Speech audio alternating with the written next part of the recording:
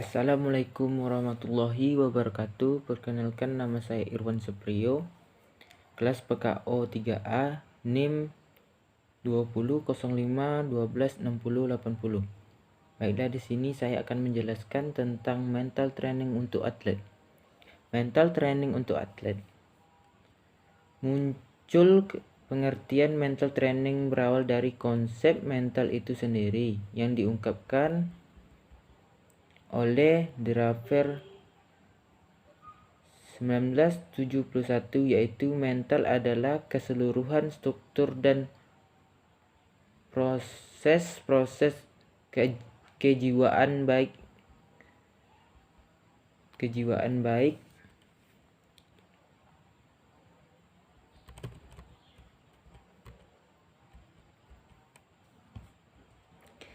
disadari maupun tidak disadari dari bagian dalam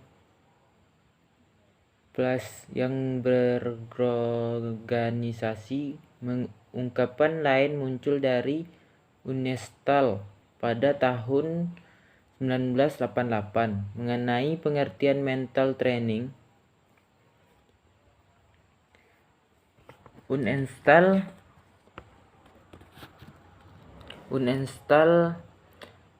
berpendapat bahwa mental training is systematic and long-term training to develop and learn to control satu behavior.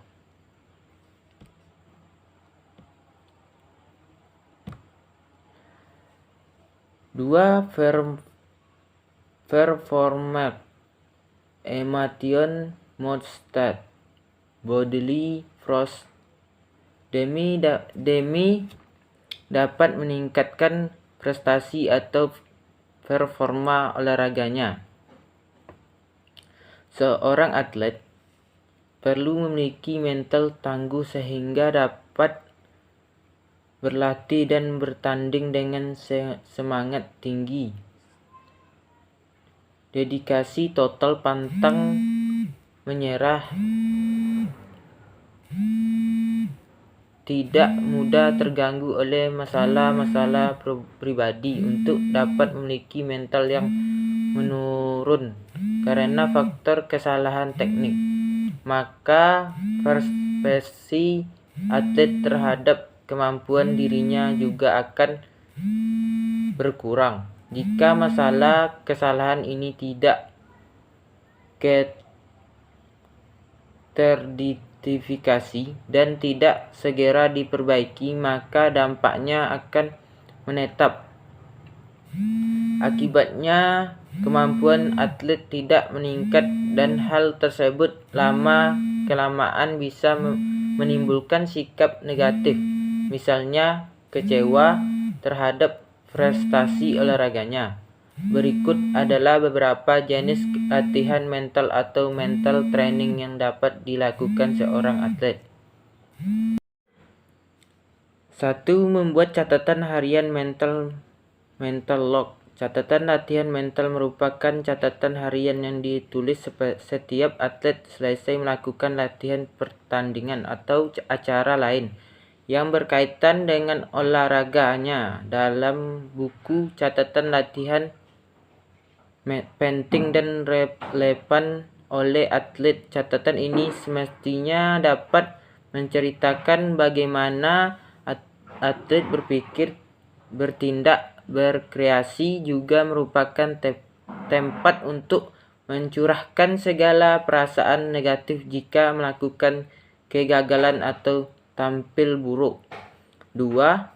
Penetapan sasaran goal setting. Penetapan sasaran goal setting perlu dilakukan agar atlet memiliki arah yang harus dituju. Penetapan sasaran ini sedapat mungkin harus bisa diukur agar dapat melihat perkembangan dari pencapaian sasaran yang ditetapkan. Saran ini baik dikonsultasikan juga dengan pelatih agar dapat berfungsi juga sebagai pembangkit motivitas. 3. Latihan rekreasi. Tujuan pada latihan rekreasi seperti latihan manajemen stres adalah untuk mengendalikan ketegangan, baik itu ketegangan fisik maupun psikologis. Ada berbagai macam bentuk latihan rekreasi, namun yang paling mendasar adalah latihan rekreasi otot secara bergenerasif. Tujuan daripada latihan ini adalah agar atlet dapat mengenali kapan saatnya harus rileks dan membedakannya dengan keadaan tegang.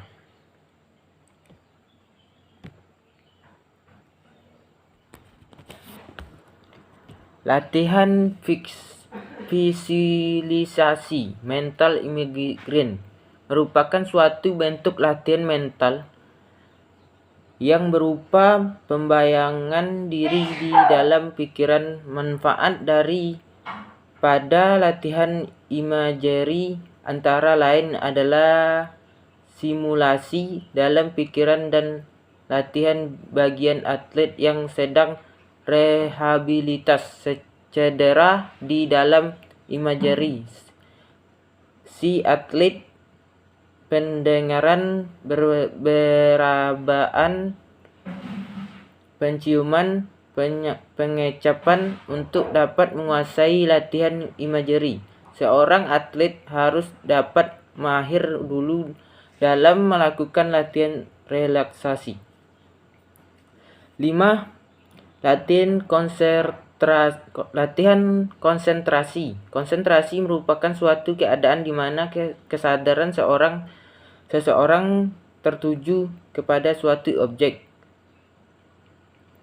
tentu dalam waktu tertentu. Dalam olahraga, masalah yang paling sering timbul akibat terganggunya konsentrasi adalah berkurangnya akurasi lemparan, pukulan, tendangan, atau tembakan sehingga tidak mengenai sasaran. Dalam banyak lagi latihan atau cara meredahkan stres kecemasan pada atlet. Contoh di atas adalah latihan yang umum dilakukan para pelatih untuk merendahkan kecemasan yang dialami atlet.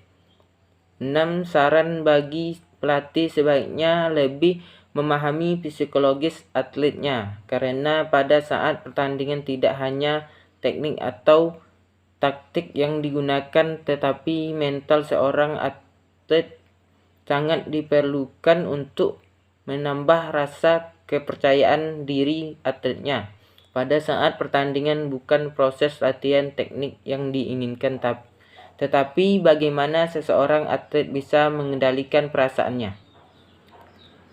Baiklah, hanya itu yang dapat saya sampaikan. Lebih kurang saya mohon maaf. Saya sudahi. Assalamualaikum warahmatullahi wabarakatuh.